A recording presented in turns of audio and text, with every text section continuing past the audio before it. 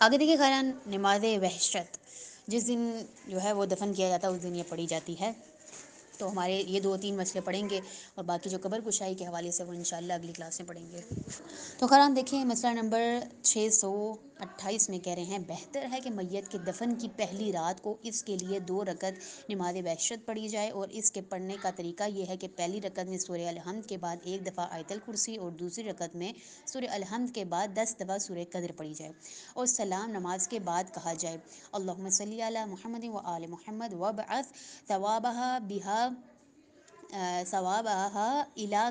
قبری فلان، یعنی جس کا نام ہے نا یہاں پہ نام لکھنا ہے، اور لفظ فلان کی بجائے میت کا نام لیا جائے.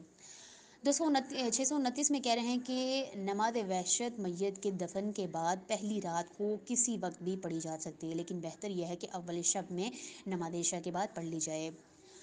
630 میں کہہ رہے ہیں اگر میت کو کسی دور کے